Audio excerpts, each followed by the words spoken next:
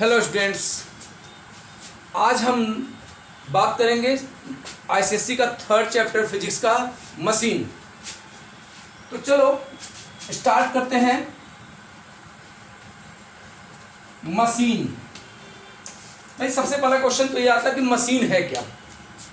तो भाई मशीन कोई भी ऐसा डिवाइस आप समझ लीजिए जो आपके काम को आसान कर दे, कुछ भी ऐसा जो आपके काम को आसान कर दे।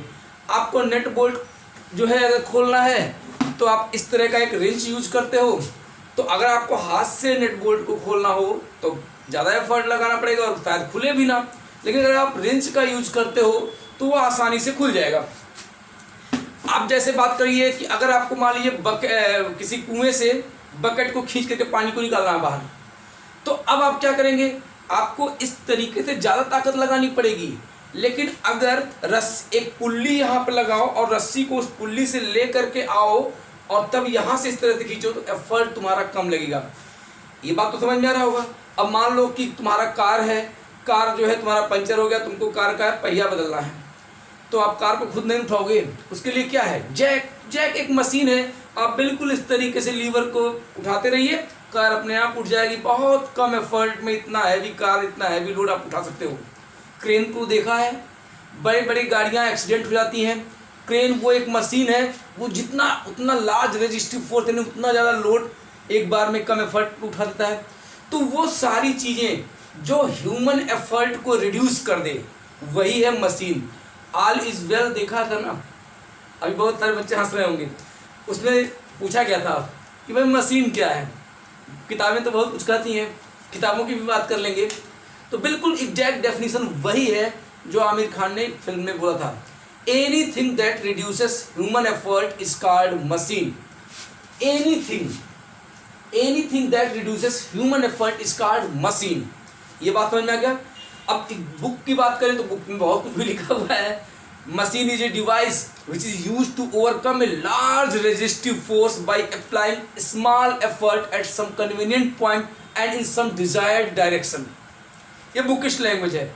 जनरली इस एग्जाम में आपको फंक्शन पूछता है मशीन का, लेकिन डेफिनेशन में आप बिल्कुल ये लिख सकते हैं कि anything that reduces human effort is called machine.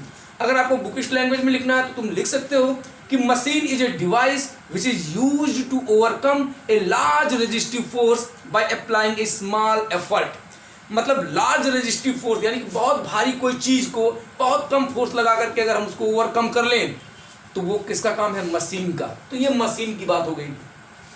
अब जब हम मशीन की बात कर ही लिए और ये समझ गए कि भाई जो भी हमारा काम आसान करेगा वही है हमारे लिए मशीन, अब हम जरा फंक्शन ऑफ मशीन की बात करते हैं। नेक्स्ट टॉपिक हमारा है फंक्शन ऑफ मशीन। लास्ट तक वीडियो देखते रहो और वीडियो को देख रहे हो तो लाइक जरूर कर दिया करो वीडियो को। Function of machine.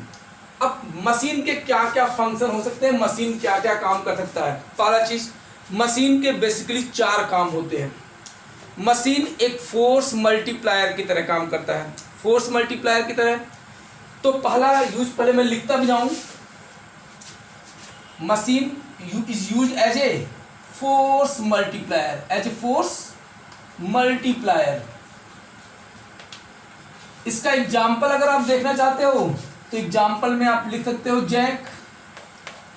आपके गाड़ियों में, कार में जो भी 4 व्हीलर आपके पास होगा उसमें जैक होता है।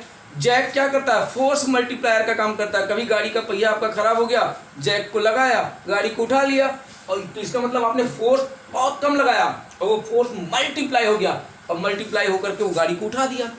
तो मशीन का पहला यूज क्या है, machine is use as a force multiplier. Example में क्या हो गया, जैक। अगर कहोगे कोई और एग्जाम्पल बता दीजिए तो इंक्लाइंड प्लेन।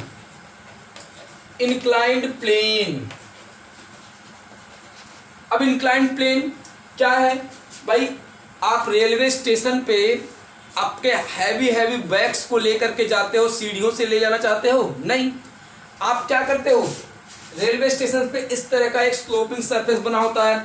आप उस बैग को इस लोअर लेवल से इस हायर लेवल तक लेकर के चले जाते हो यहाँ पर, और बहुत ही कम फोर्स लगा करके आप इसको यहाँ से यहाँ ले आते हो। तो इंक्लाइंड प्लेन आपका सेकेंड एग्जाम्पल हो गया किसका, फोर्स मल्टीप्लायर का। तो ये हो गया इंक्लाइंड प्लेन। अच्छा, कुछ और भी एग्जांपल है, जैसे single movable pulley. Single movable pulley आपको थोड़ा वेट करना पड़ेगा। सिंगल मूवेबल पुल्ली, जब मैं पुल्ली पढ़ाऊंगा तो ही वहां पे इसकी बात करूंगा। और सिंगल मूवेबल पुल्ली अकेले काम नहीं करता, इसके साथ एक सिंगल फिक्स्ड पुल्ली भी होता है, इसकी चर्चा हम बाद में करेंगे। तो ये हमारे 3 यूज हो गए, ये 3 एग्जांपल हो गए किस मशीन के, जो कि फोर्स मल्टीप्लायर की तरह काम कर रहा होगा। दूसरा हमारा एग्जांपल क्या है, as a speed multiplier. Machine is used as a speed multiplier. अब स्पीड मल्टीप्लायर का मतलब समझना पड़ेगा हमें। इसका सबसे बेस्ट एग्जांपल आपके पास है a pair of scissor. A pair of scissor, a pair of scissors. कैंची, भाई कैंची तो जानते हो ना, ये ऐसे होता है कैंची, यहां पे इस तरीके से लगा होता है। आप यहाँ पे बहुत ही कम एफर्ट लगाते हो और ये इसके ब्लेड्स बहुत तेजी से कपड़े को काटते हुए चले जाते हैं। तो यहाँ पे कम एफर्ट लगा करके हम क्या पा रहे हैं, स्पीड। किसमें, गेम में। थोड़ा सा सीजर को ऐसे किया और वो कपड़े को थोड़ा सा एफर्ट लगाया और ये ब्लेड्स लंबी होती हैं और ये इतना एफर्ट लगाने पे पूरा स्पीड मिल गया, यानी इतने कपड़े को काटता चला गया। तो ए पेयर ऑफ सीजर क्या है, एक मशीन है जो एक स्पीड मल्टीप्लायर के रूप में यूज हो रही है। तो ये बात आपको समझ में आ गई। तीसरा क्या है, in changing the direction of effort to a convenient direction. तीसरा है in changing the direction of effort to a convenient direction। मतलब क्या है कि मशीन का यूज क्या होता है कि in changing the direction of effort to a convenient direction. अब इसका एग्जांपल मैं तुमको बता दूं, पहले इसका एग्जांपल आप देख लो। Single fixed pulley, single fixed pulley. अरे मूवी वगैरह में देखे होगे ना, कुएं से जब बकेट को लोग निकालते हैं पानी भरने के बाद, तो एक पुल्ली गोल सा पहिया होता है और उसके ऊपर से रस्सी आता है। तो अगर मैं आपसे कहूं, ध्यान देना कि ये यहाँ पे अगर आपको दिख रहा हो, ये कोई वेल है, कुआं है, और इसमें से आपको ये बकेट को निकालना है, इस बकेट को निकालना है रस्सी। तो आप फोर्स ऊपर करके इसको निकालोगे कुएं से तो ज्यादा फोर्स लगाना पड़ेगा। लेकिन अगर इसी रस्सी को एक पुल्ली के सहायता से आप इस तरीके से खींचो इसको, यानी अभी एफर्ट की डायरेक्शन क्या थी, ये थी। अब एफर्ट की डायरेक्शन क्या हो गई, ये नीचे इस तरह से खींच रहे हो। तो अब बताओ, पुल्ली से अगर रस्सी होकर के आ रही है तो एफर्ट कम लगेगा कि नहीं लगेगा? बिल्कुल लगेगा। इसका मतलब है पहले एफर्ट की डायरेक्शन ये थी, अभी ये है, इस तरीके से तुम खींच रहे हो। एफर्ट सॉरी, ये यहाँ पे इस तरीके से तुम खींच रहे हो। तो इसका मतलब ये है कि सिंगल फिक्स्ड पुल्ली एक ऐसा डिवाइस है which is used to change the direction of effort to a convenient direction. तो पहले डायरेक्शन तुम्हारी ये थी, तुम ऐसे समझो इसको, छोड़ो। आप बकेट को पहले इस डायरेक्शन में, अपवर्ड डायरेक्शन में फोर्स लगा रहे थे, लेकिन जब पुल्ली पर से तुम लेकर के आए तो अब डायरेक्शन क्या हो गई, डाउनवर्ड हो गई। तो पुल्ली ने क्या किया, सिंगल फिक्स्ड पुल्ली ने क्या किया, डायरेक्शन ऑफ एफर्ट को चेंज कर दिया। तो तीसरा काम क्या है मशीन का, in changing the direction of effort to a convenient direction. ये बहुत इंपॉर्टेंट है, याद रखना, क्योंकि हर जगह इसकी बात, पूरे मशीन चैप्टर में इसी की बात होने वाली है। तो चौथी बात क्या है, in changing the point of application. ध्यान देना, in changing the point of application, in changing the point of application. एक मिनट, वीडियो रिकॉर्ड हो रहा है ना। In changing the point of application to a convenient,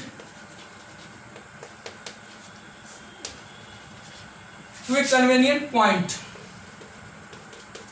अब ध्यान देना, इसका मतलब यहां पे मशीन क्या काम कर रहा है, in changing the point of application of in changing the point of application to a convenient point. चलो, point of application of effort, point of application of effort, okay, in changing the point of application of effort to a convenient point. अब इसका example क्या, cycle चलाते हो, cycle चलाते हो तो पहिया घूमता है, पहिए को कौन घुमाता है, चेन, जो पहिए में चेन लगा होता है उसकी वजह से पहिया घूमता है।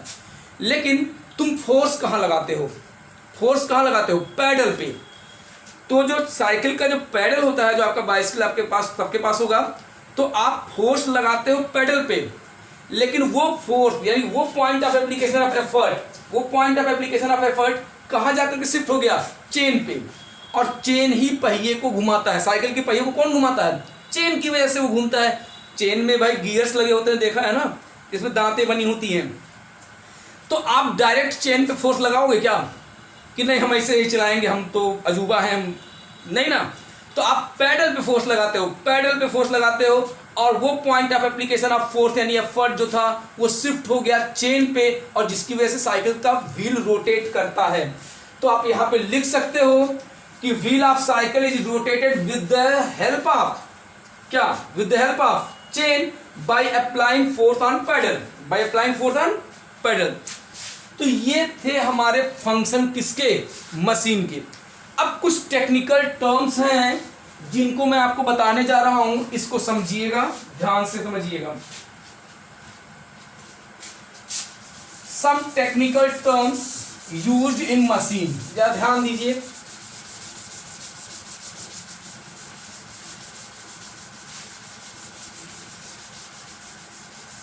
चलो,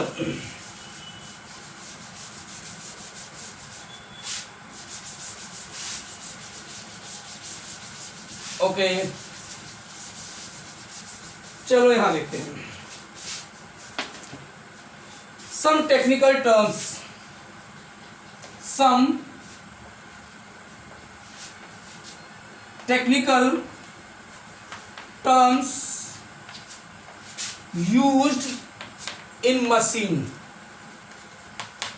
कुछ टेक्निकल टर्म्स हैं जो मशीन में यूज होते हैं, इनकी बात हम करने जा रहे हैं, इसको समझो ध्यान से। पहला टेक्निकल टर्म क्या है, लोड। अब मशीन की भाषा में लोड क्या है, अरे भाई कोई भी हैवी चीज जो तुम उठाना चाहते हो उसी को तो लोड कहते हैं, उसी को बोलते हैं रेजिस्टिव फोर्स। तो तुम फोर्स लगा करके कोई हैवी लोड यानी कि हैवी रेजिस्टिव फोर्स को ही तो उठाते हो, तो उसी को फिजिक्स में मशीन चैप्टर में लोड बोलते हैं। तो लोड क्या है, अगर आप लिखना चाहते हो तो लिख लिया करो, स्टेटमेंट में लिखूंगा नहीं यहाँ पे क्योंकि वीडियो बहुत लंबा बन जाएगा। तो लोड क्या है, large resistive force. Load is a large resistive force which is to be overcome by the machine. तो मशीन जो लार्ज रेजिस्टिव फोर्स को उठाता है, जिसको ओवरकम करता है, उसको हम लोग बोलते हैं क्या, लोड। तो the large resistive force which is to be overcome by the load इसका, which is to overcome by the machine is called load. Load को रिप्रेजेंट कैसे करते हैं, एल से। दूसरा टेक्निकल टर्म क्या है हमारा, एफर्ट। इस चैप्टर में एफर्ट का मतलब फोर्स। भाई मशीन पर भी तो फोर्स लगाते हो, जब मशीन पे फोर्स लगेगा तो तभी तो वो मशीन कोई रेजिस्टिव फोर्स को ओवरकम करेगा, उठाएगा। तो मशीन पे आप जो फोर्स लगाते हो वो क्या है, एफर्ट है। जैसे मैं आपसे कहूँ कि मेरे पास जैक है, मेरी गाड़ी खराब हो गया है, मुझे गाड़ी को उठाना है, तो मैं वो जैक एक मशीन है, तो हम जब उस जैक को उठाएंगे तो हम उस मशीन पर फोर्स लगाएंगे और मशीन क्या करेगा, उस कार को ऊपर उठाएगा। तो कार क्या है, एक रेजिस्टिव फोर्स जिसको कि ओवरकम करना है इस मशीन के द्वारा, और फोर्स हम लगा रहे हैं, और उसी फोर्स को जो हम मशीन पे लगाते हैं क्या बोलते हैं मशीन की भाषा में, एफर्ट। तो the force applied on the machine to overcome the load, the force applied on the machine, the force applied on the machine to overcome the load is called effort. और effort को हम लोग ई से represent करते हैं। तीसरा technical term क्या है, इसको समझते हैं। तीसरा है मैकेनिकल एडवांटेज। बहुत इंपॉर्टेंट है ये, आईसीएससी बोर्ड के लिए तो बहुत इंपॉर्टेंट है। मैकेनिकल एडवांटेज की बात करते हैं। एम ए से लिखते हैं, mechanical advantage M dot A, mechanical M for mechanical, A for advantage, mechanical advantage. Mechanical advantage से ही हमें मालूम चलता है कि हमने कितना फोर्स लगा करके कितना लोड उठा लिया, कितना फोर्स हमने लगाया मशीन पे और मशीन ने हमारे लिए कितना लोड उठा दिया, उन्हीं का रेशियो ही मैकेनिकल एडवांटेज है। तो सिंपल है ये, बहुत ज़्यादा लिख लेना। Mechanical advantage is defined as the ratio of load to the effort. Mechanical advantage is used to क्या is mechanical advantage is defined as the ratio of load to the effort. तो load और effort का जो ratio होता है उसी को हम लोग बोलते हैं मैकेनिकल एडवांटेज। क्या बोलते हैं? Mechanical advantage. अब मैकेनिकल एडवांटेज का कुछ टर्म्स है जो मैं बाद में बताऊंगा कि अगर लोड ज़्यादा हो एफर्ट से तो मैकेनिकल एडवांटेज 1 से ज़्यादा होगा कि कम होगा। जैसे मान लो यहाँ पे बहुत सारे केस होंगे, अगर मान लो लोड एफर्ट से ज़्यादा है तो मैकेनिकल एडवांटेज 1 से ज़्यादा होगा। तो अगर 1 से ज़्यादा होगा तो किस तरह काम करेगा भाई? 4 फंक्शन बताया था मशीन का, या तो वो फोर्स मल्टीप्लायर की तरह काम करेगा, या तो स्पीड मल्टीप्लायर की तरह काम करेगा, या तो डायरेक्शन को चेंज कर देगा। तो ये सारी बातें इसमें आएंगी, मैं बताऊंगा बाद में। इसके बाद बताऊंगा कि जब मैकेनिकल एडवांटेज 1 से ज़्यादा हो जाए तो क्या होगा, अगर मैकेनिकल एडवांटेज लेस देन 1 होता है तब क्या मिलेगा हमें, अगर मैकेनिकल एडवांटेज 1 के इक्वल है तो क्या होगा। ये सारी बातें हम समझेंगे। तो इसको अब मैं थोड़ा इसके बाद बता देता हूँ, लेकिन फिलहाल चौथा पॉइंट भी समझ लेते हैं, वेलोसिटी रेशियो। वेलोसिटी रेशियो जिसको हम लोग VR से रिप्रेजेंट करते हैं, वेलोसिटी रेशियो को। अभी मैं इसमें चर्चा करूंगा। पहले वेलोसिटी रेशियो आप देखिए, वेलोसिटी रेशियो क्या है भाई।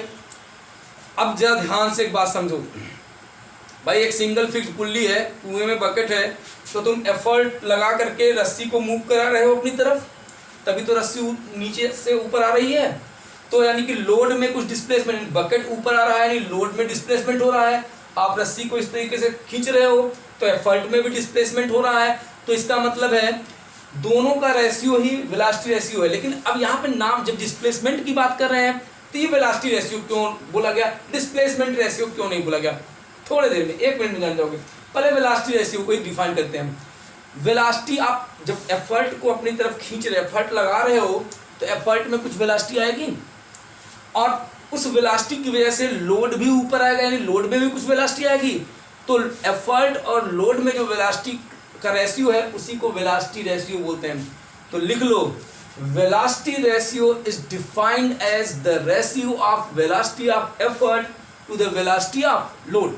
एक बार फिर बोल दे रहा हूँ, लिख लो, velocity ratio is defined as the ratio of velocity of effort to the velocity of load. यानी वेलोसिटी रेशियो क्या मतलब क्या हो गया, VE का मतलब वेलोसिटी ऑफ एफर्ट और VL का मतलब वेलोसिटी ऑफ लोड। तो इसका मतलब हो गया velocity ratio is defined as the ratio of velocity of effort to the velocity of load. Getting my point now?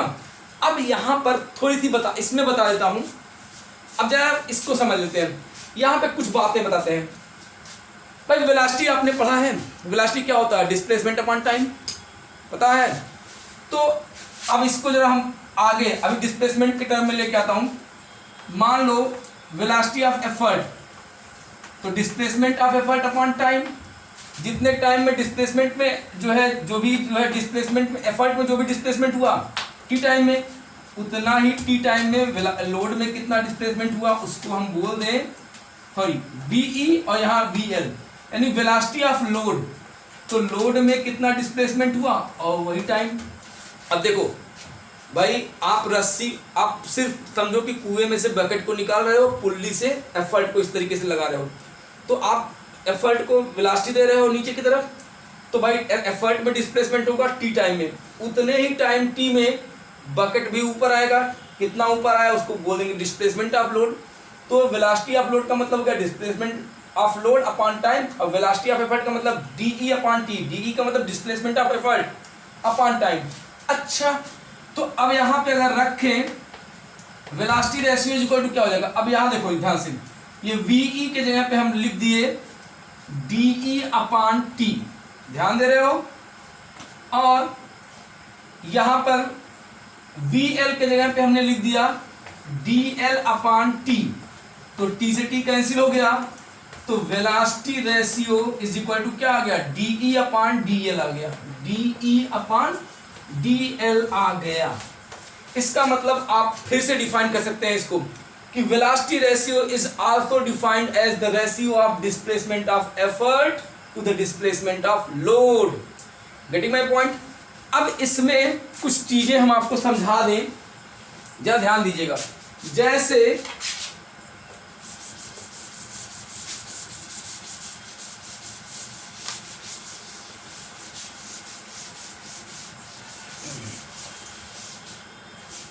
अब आपके पास दो चीजें आ गई।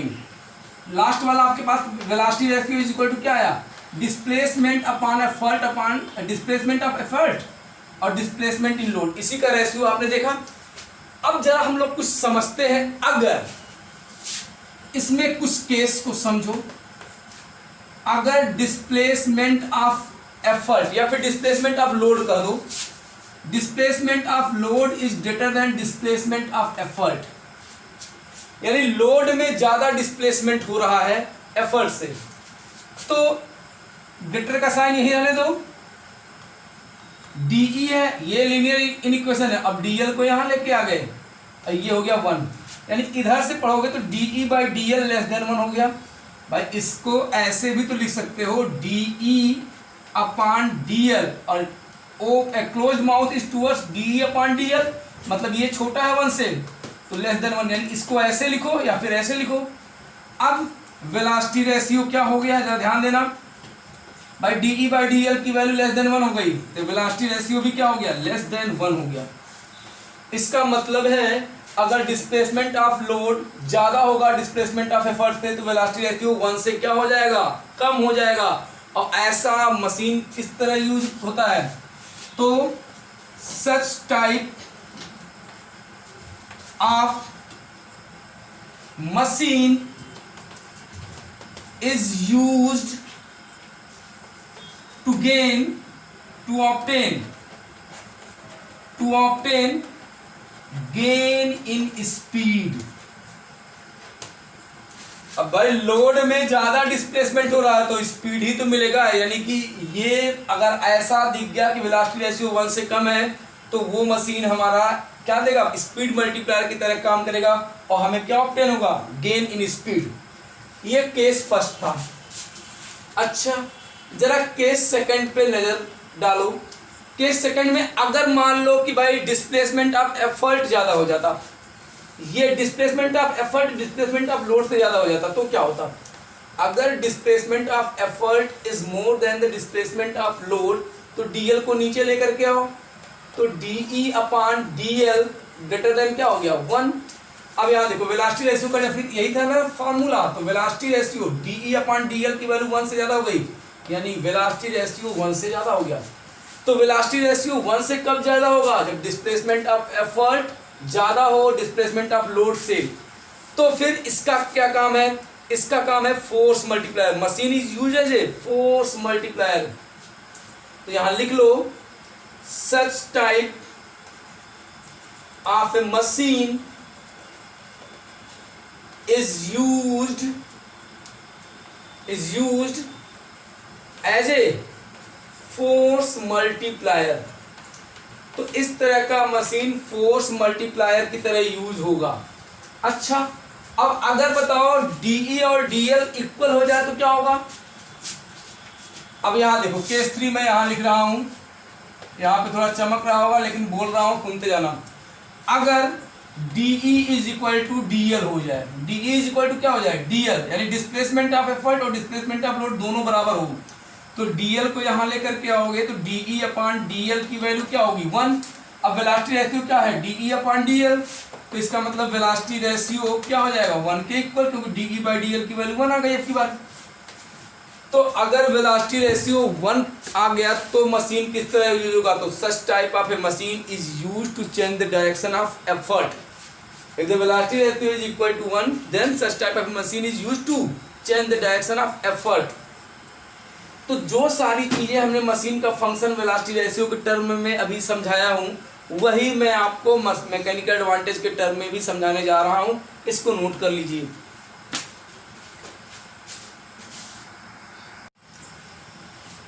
चलो मैकेनिकल एडवांटेज तो भी मैंने बताया कि it is the ratio of load upon effort. तो हम लोग मैकेनिकल एडवांटेज के टर्म भी देखते हैं कि अगर मैकेनिकल एडवांटेज ग्रेटर देन 1 हो तो क्या होगा, लेस देन 1 हो तो क्या होगा, अगर इक्वल टू 1 हो तो क्या होगा। तो अभी अभी मैंने आपको बताया कि mechanical advantage is defined as the ratio of load to the effort. मतलब हमने कितना एफर्ट लगाया और उसने कितना लोड ओवरकम किया, उसका रेशियो ही मैकेनिकल एडवांटेज हुआ। तो अब यहाँ पर इस चीज़ को समझते हैं। एक चीज़ और बता दें, mechanical advantage has no unit because it is the ratio of two similar quantities. एक बार फिर बोल रहा हूँ, मैकेनिकल एडवांटेज और वेलोसिटी रेशियो दोनों की यूनिट्स नहीं होती हैं। क्यों? क्योंकि लोड क्या है, रेजिस्टिव फोर्स है, एफर्ट क्या है, जो फोर्स हम मशीन पे लगा रहे हैं, तो फोर्स और फोर्स क्या आएगा, कुछ नहीं। तो mechanical advantage has no unit because it is the ratio of two similar quantities. In the same way, you can say velocity ratio has no unit because it is the ratio of two similar quantities by velocity of effort upon velocity of load। यही तो था velocity ratio या displacement of effort upon displacement of load। तो unit cut ही जाएंगे। तो याद रखिएगा मैकेनिकल एडवांटेज और वेलोसिटी रेशियो का कोई यूनिट नहीं होता है। तो मैंने बताया mechanical advantage is the ratio of load to the effort. अब जरा इसमें कुछ चीजें समझते हैं। केस फर्स्ट समझे पहले कि अगर हमारा लोड एफर्ट से ज्यादा हो तो क्या होगा, यानी एफर्ट कम लगे लोड ज्यादा। Here open mouth is towards the load. तो अगर ई को यहां ले आए तो आईसीएससी के बच्चे इनइक्वालिटी तो पढ़ ही लिए होंगे। Load upon effort greater than क्या होगा 1, और लोड अपॉन एफर्ट का मतलब क्या है, मैकेनिकल एडवांटेज। तो मैकेनिकल एडवांटेज ग्रेटर देन 1 आ गया। तो अगर मैकेनिकल एडवांटेज 1 से ज्यादा आ गया तो such type of a machine is used as a, tell me, force multiplier. तो if mechanical advantage greater than 1 then such type of a machine is used as force multiplier. It is very important for you all. Second one is, second case, if load is less than the effort. मतलब effort ज्यादा लगा रहे हैं, load कम overcome कर रहे हैं, तो इनका रेशियो देखो, तो load upon effort will be equal to less than 1 and you know the ratio of load to the effort is mechanical advantage. Hence you can write here mechanical advantage M A less than 1। Now mechanical advantage is less than 1। तो इस तरह का machine किस तरह use होगा, तो if the mechanical advantage of a machine is less than 1 then such type of a machine is used to gain in speed। it is used to gain in speed, gain in speed। भाई pair of scissor बताया था ना मैंने, आप effort यानी कैंची थोड़ा सा एफर्ट लगाओगे लंबा दूरी तक कपड़ा काटते हुए चला जाता है, तो वो गेन इन स्पीड मिलेगा। चलो केस 3 की बात कर लेते हैं। केस 3 की बात करते हैं। अगर लोड और एफर्ट दोनों सेम हो जाए, if the load is equal to the effort then load upon effort will be equal to 1 and you can write here mechanical advantage because the mechanical advantage is the ratio of load to the effort and it will be equal to 1। Now what happened if the mechanical advantage will be equal to the 1। तो if the mechanical advantage is equal to 1 then the machine is used to change the direction of effort. तो machine is used to change the direction of effort. Getting my point? Okay, तो ये mechanical advantage की बात हो गई। अब हम लोग बात करेंगे, अभी हम लोग थोड़ी देर में पुल्ली वगैरह की बात करेंगे। पुल्ली भी क्या है, सिंगल फिक्स पुल्ली क्या है, सिंगल मूवेबल पुल्ली क्या है, ब्लॉक एंड टैकल सिस्टम क्या होता है, फिर पुल्ली का यूज कहाँ कहाँ कर सकते हैं। तो सारी चीज़ें सबके केस में हम लोग मैकेनिकल एडवांटेज निकालेंगे, वेलोसिटी रेशियो निकालेंगे, तो ये सारी बातें हम लोग देखेंगे। ओके, तो इंतजार करो नेक्स्ट वीडियो का, या फिर अभी मैं कंटिन्यू करता हूँ इसको, जस्ट कंटिन्यू कर रहा हूँ, इसको नोट करिए आप लोग। हेलो फ्रेंड्स, अभी हम लोग एक इम्पॉर्टेंट टॉपिक बताने जा रहा हूँ मैं आपको, इफिशियंसी के बारे में। लेकिन इफिशियंसी के बारे में समझने से पहले हमको वर्क इनपुट और वर्क आउटपुट के बारे में समझना होगा। ये दोनों टर्म्स बिना समझे इफिशियंसी को हम समझ नहीं पाएंगे। अब हम किसी भी मशीन की इफ़िशियंसी क्यों निकालते हैं? पहली चीज़, एक सिंपल सा एग्जांपल लो, तुम्हारे घर में मोटर वाला पंप होगा, वो भी मशीन है। आपने स्विच को ऑन किया, आपने कैसी एनर्जी दिया? इलेक्ट्रिकल एनर्जी दिया। और वो इलेक्ट्रिकल एनर्जी जो है क्या हो रहा, उस इलेक्ट्रिकल एनर्जी को लेकर के वो आपके वाटर को, अंडरग्राउंड वाटर को आपके टंकी तक लेकर के आ रहा है, यानी वो पोटेंशियल एनर्जी में कन्वर्ट हो जा रहा है वहाँ पर। अब एक चीज़ ध्यान से समझा जाए कि वहाँ पर हमने मशीन पे कुछ काम किया, तो जो काम हम मशीन पे कर रहे हैं एफर्ट लगा करके, वो हमारा क्या है? इनपुट एनर्जी है, या इनपुट एनर्जी या फिर वर्क इनपुट कर सकते हो उसको। लेकिन वो मशीन जो लोड पर काम कर रहा है, जैसे पंप पानी को उठा रहा है तो पानी लोड है, पानी को ऊपर उठा करके टंकी में डाल दिया, तो मशीन ने कितना काम किया वो हमारा वर्क आउटपुट है। तो हम ये सोचेंगे कि भाई हमने जितना एनर्जी दिया, क्या वो सारा का सारा एनर्जी जो है कन्वर्ट हो गया वर्क करने में मशीन के द्वारा? जनरली ऐसा होता नहीं है। अब तुम एक बाइक खरीदने जाते हो, बाइक में लिखा होता है भाई 70 किलोमीटर पर लीटर, 70 किलोमीटर पर लीटर ये माइलेज देगी। तो क्या आप 70 किलोमीटर पर लीटर माइलेज पाते हो? आप जब रोड पे निकलते हो तो आपको 40 किलोमीटर, 50 किलोमीटर, 60 किलोमीटर पर लीटर का माइलेज मिलता है। इसका मतलब वो मशीन है जो हमारे काम को आसान कर रहा है, जो मोटरसाइकिल की बात कर रहा हूँ। लेकिन जितनी एनर्जी उसको हमने दिया वो पूरा का पूरा इनपुट एनर्जी आउटपुट एनर्जी में कन्वर्ट नहीं हुआ, कुछ एनर्जी लॉस हुआ। भाई रोड और टायर के बीच में जो फ्रिक्शन हो रहा है, जो उसके अंदर जो बियरिंग्स हैं, पार्ट्स हैं, मूवेबल पार्ट्स हैं, उनके बीच में फ्रिक्शन हो रहा है, तो कुछ एनर्जी वहाँ लॉस हो गई। क्योंकि भाई law of energy, law of conservation of energy कहता है कि energy can neither be created nor be destroyed, it can only transform from one form to another form. तो हम तो यही चाहेंगे कि हमने जितना इनपुट एनर्जी दिया उतना मुझे आउटपुट मिल जाए, लेकिन ऐसा नहीं हो पाता है। तो इस चीज़ को हमें समझने के लिए एक टर्म की जरूरत होती है, इफिशियंसी। मतलब हमने कितना एनर्जी दिया मशीन को एफर्ट लगा करके, और मशीन उस रेजिस्टिव फोर्स यानी लोड पर कितना वर्क यानी कितना हमको आउटपुट दे रही है। तो उस टर्म्स को समझने के लिए हमें इफिशियंसी को समझना है, यानी उनके रेशियो से हम इफिशियंसी समझ सकते हैं। तो ये बात आप ध्यान रखिएगा कि जितना इनपुट एनर्जी आप देते हो मशीन को उतना आउटपुट आपको मिलता नहीं है। क्यों? क्योंकि जो पार्ट्स होते हैं मशीन के, उनमें कुछ फ्रिक्शंस वगैरह भी होता है, तो वहाँ पे भी कुछ एनर्जी खर्च हो जाती है। इसलिए हम इफिशियंसी को समझते हैं। तो इफिशियंसी को समझने से पहले चलो हम लोग समझते हैं वर्क इनपुट क्या है। वर्क इनपुट क्या है? तो work on the machine, work done on the machine by the effort. ध्यान से सुनना, work done on the machine by the effort is called work input. यानी कि जो एफर्ट पॉइंट पे हम वर्क कर रहे हैं वही वर्क इनपुट है, या उसी को हम लोग इनपुट एनर्जी भी बोलते हैं। एक बार फिर बोल रहा हूँ, work done on the machine, work done on the machine by the effort is called work input. It is clear? तो work done on the machine by the effort is called work input. यानी कि work input क्या होगा? Effort into displacement of effort. भाई आप जो है effort लगा करके वर्क कर रहे हो मशीन पे, तो कितना एफर्ट लगाया, एफर्ट में कितना डिस्प्लेसमेंट हुआ, तो work is equal to force into displacement होता है ना। मशीन की भाषा में एफर्ट का मतलब फोर्स ही है, फोर्स इनटू डिस्प्लेसमेंट।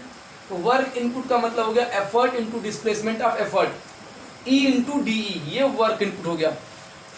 अब हमने इतना एनर्जी उसको इनपुट दिया मशीन को, अब कितना हमको वो आउटपुट देगा, इसको हम कैसे कैलकुलेट करेंगे? तो वर्क डन, हमने एनर्जी दिया मशीन को एफर्ट लगा करके, और मशीन वर्क करेगी किस पर? लोड पर। तो work done bye the machine on the load, ध्यान देना, work done on the machine, जब हम वर्क कर रहे हैं मशीन के ऊपर, work done on the machine by the effort is work input. And work done by the machine, work done by the machine on load is called work output। यानी work output यानी load point पे जो work machine कर रहा है वो work output, या उसी को आउटपुट एनर्जी बोल दो। तो वर्क आउटपुट क्या है? Load into displacement of load. तो वर्क का मतलब फोर्स इनटू डिस्प्लेसमेंट, लोड भी क्या है? रेजिस्टिव फोर्स है, तो फोर्स इनटू डिस्प्लेसमेंट समझ सकते हो। तो work output is equal to क्या है? Load into displacement of load, तो L इनटू DL। अब हम एफिशिएंसी को समझते हैं कि हमने कितना एनर्जी इनपुट दिया मशीन को और मशीन ने हमको कितना आउटपुट दिया, उसको समझने के लिए एफिशिएंसी है। तो efficiency of a machine is defined as, ध्यान दो इस सिंबल से रिप्रेजेंट करते हैं, इसको ईंटा बोलते हैं। तो efficiency of a machine is defined as the ratio of work, क्या, work output to the work input. Efficiency of a machine is defined as the ratio of work output to the work input। अब efficiency को हमेशा हम percentage में निकालते हैं कि हमारा मशीन कितना परसेंट एफिशिएंट है। जैसे तुम पढ़ने में अगर एफिशिएंट हो तो लोग बोलेंगे भाई ये लर्निंग में बहुत बच्चा एफिशिएंट है, मतलब कम टाइम में ज़्यादा लर्निंग कर ले रहा है।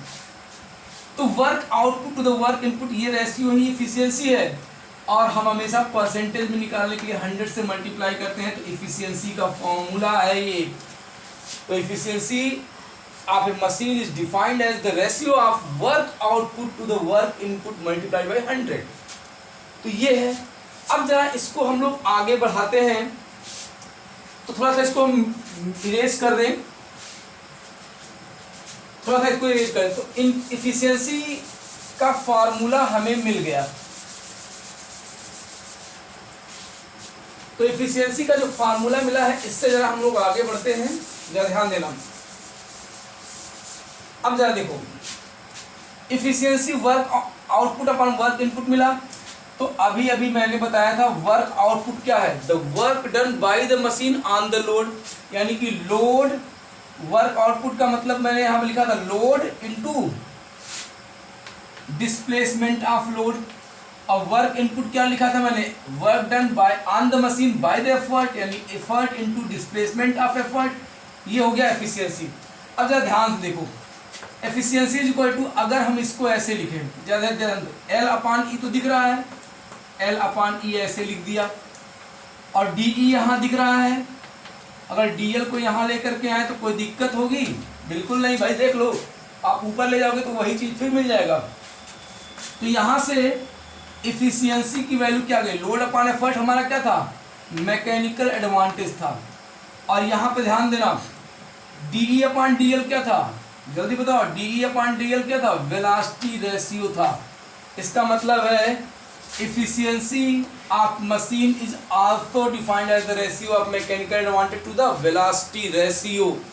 अब मल्टीप्लाई बाय 100 भी कर दो, कोई फर्क नहीं पड़ने वाला है यहाँ पे। तो ये बात समझ में आ गया। तो यहाँ से अगर मैकेनिकल एडवांटेज निकालना हो तो इफिशियंसी अगर पता है तो वेलोसिटी रेशियो से मल्टीप्लाई कर दो तो मैकेनिकल एडवांटेज भी मिल जाएगा। तो ये न्यूमेरिकल के पॉइंट ऑफ व्यू से ये फार्मूला आप दोनों याद करिएगा। इस फार्मूले की मदद से हम बाकी चीज़ों को आपको बताने वाले हैं, इसको नोट करिए। तो एफिशिएंसी तो आपने समझ लिया। तो एफिशिएंसी क्या है, अब आइडियल मशीन की बात करते हैं। आइडियल मशीन का बात क्या है, ideal machine, a machine whose efficiency is 100% is ideal machine. ऐसा मशीन जिसकी इफिशियंसी 100% हो उसको हम बोलते हैं आइडियल मशीन। लेकिन तुम एक बात नोट कर लो यहाँ पर कि कोई भी मशीन आइडियल नहीं होता है। तो प्रैक्टिस में जैसे आपने बाइक खरीदा, आपको बोला कि भाई 80 किलोमीटर पर लीटर का माइलेज देगा, लेकिन आप रोड पे चल रहे हो तो 60 किलोमीटर का माइलेज मिल रहा है, तो वो आइडियल केस में अपना माइलेज बता रहा था, लेकिन प्रैक्टिस में जब तुमने देखा तो 60 किलोमीटर पर लीटर का ही माइलेज तुमको मिला। तो याद रखना, आइडियल मशीन कभी पूछे तो बोल देना ऐसी मशीन जिसकी इफिशियंसी 100% होगी उसको बोलेंगे ideal machine. The machine whose efficiency is 100% is called ideal machine. तो in practice there is no machine, no ideal machine, कोई भी मशीन आइडियल नहीं होती है। अब आइडियल मशीन क्यों नहीं होती है, अब जैसे पहली बात, द मूविंग पार्ट्स जो होंगे, the moving part of the machine are not frictionless. भाई मशीन में कुछ मूविंग पार्ट्स होंगे वो परफेक्टली फ्रिक्शनलेस तो होंगे नहीं, फ्रिक्शनलेस तो होंगे, उनके बीच में भी फ्रिक्शन होता है। तो फ्रिक्शन होगा, इसका मतलब कुछ एनर्जी वहाँ डिसिपेट हो जाएगी। दूसरी बात क्या है कि अगर मशीन के अंदर कोई स्ट्रिंग लगी हुई है तो वो परफेक्टली इलास्टिक तो होगी नहीं। जो मूविंग पार्ट्स होते हैं मशीन के, उनका कुछ न कुछ तो वेट होगा। तो इन सारी वजहों से कोई भी मशीन परफेक्ट आइडियल मशीन नहीं होती है। तो याद ध्यान रखिएगा, पूछता भी है why A machine is not 100% efficient, because the moving parts have some frictions in it, because the moving parts are not perfectly weightless, because the string string which is used in the machine is not perfectly elastic. तो जो different part होते हैं वो perfectly rigid होते हैं, नहीं perfectly rigid नहीं होते हैं। तो ये सारी बातें हैं, तो याद कर लो इसको कि भाई कोई भी मशीन परफेक्ट आइडियल मशीन क्यों नहीं हो सकती है, क्योंकि मूविंग पार्ट्स परफेक्टली जो है फ्रिक्शनलेस नहीं होंगे, मूविंग पार्ट्स वेटलेस नहीं होते हैं, स्ट्रिंग परफेक्टली इलास्टिक नहीं होती है, और जो उसके पार्ट्स होते हैं वो परफेक्टली रिजिड नहीं होते हैं। तो ये सारी बातें हैं जिसकी वजह से कोई मशीन आइडियल नहीं होती है। अब ये सारी बातें हम लोगों ने समझ लिया है। नेक्स्ट वीडियो में मैं आपको लीवर बताऊंगा, और लीवर के बाद मैं आपको एक और वीडियो बनाऊंगा जिसमें केवल पुल्ली से रिलेटेड क्वेश्चंस होंगे। तो ये ध्यान रखिएगा और इसको ढंग से नोट बनाकर पढ़िएगा। Okay, thank you.